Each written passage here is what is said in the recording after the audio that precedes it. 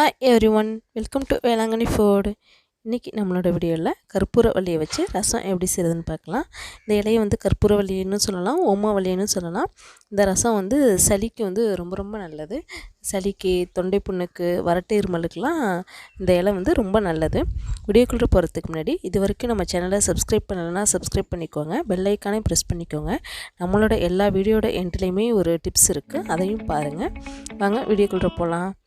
கடாயை ஹீட் பண்ணிவிட்டு நெய் ஒரு டீஸ்பூன் ஊற்றிட்டு நெய் ஹீட் ஆனதும் வந்து அந்த கற்பூரவல்லி இலையை போட்டு ஒரு 30 செகண்ட்ஸ்க்கு நல்லா வதக்குங்க.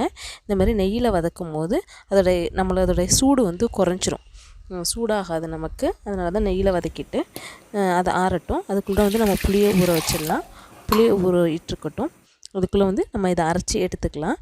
இந்த இலையை வந்து ஒரு மிக்ஸி ஜாரில் சேர்த்துட்டு அது கூட 5 பல் பூண்டு, 1 டீஸ்பூன் மிளகு, ஒரு பெரிய தக்காளி நான் சேர்த்துருக்கேன்.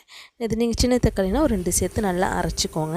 இந்த பேஸ்ட்டை அரைச்சி வச்சுட்டு நம்ம புளியை ஊற வச்சோம் இல்லையா, அதை கரைச்சி எடுத்துக்கலாம். இப்போ நல்லா கரைச்சி எடுத்தாச்சு. அது கூட வந்து இந்த பேஸ்ட்டை நம்ம அரைச்ச பேஸ்ட்டை சேர்த்துட்டு 1/2 டீஸ்பூன் மஞ்சள் தூள், 1/2 டீஸ்பூன் சீரகத்தூள் சேர்த்துட்டு நல்லா கலந்து விட்டுக்கலாம். இப்போ இதை வந்து நம்ம தாளித்து விட்டுக்கலாம். தாளிக்கிறதுக்கு கடாய் ஹீட் பண்ணிவிட்டு ஆயில் ஊற்றிக்கோங்க.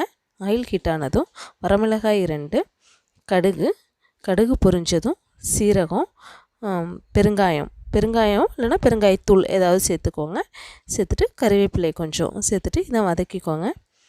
இதை வதக்கிட்டு நம்ம ரெடி பண்ணி வச்சுருக்க ரசத்தை வந்து இதில் ஊற்றிக்கலாம். ஊற்றிட்டு ரசம் வந்து எப்போதுமே வந்து ரொம்ப நேரம் கொதிக்கக்கூடாது. லைட்டாக அது அந்த கொதிக்க ஆரம்பித்த உடனே ஆஃப் பண்ணிக்கலாம். ஆஃப் பண்ணது பிறகு தான் உப்பு சேர்க்கணும். ரசத்துக்கு எப்போதுமே லாஸ்ட்டாக தான் உப்பு சேர்க்கணும். ஸ்டவ் ஆஃப் பண்ணிவிட்டு உப்பு சேர்த்து கலக்கிக்கோங்க. ஃப்ளேவருக்காக நான் ஓமவல்லி இலை சேர்த்துக்கிறேன். இது வந்து சளிக்கு வந்து ரொம்ப நல்லது. சின்ன குழந்தைங்கள்லேருந்து இதை கொடுக்கலாம். இந்த ரெசிபீஸ் பிடிச்சிருந்ததுன்னா சப்ஸ்கிரைப் பண்ணிக்கோங்க.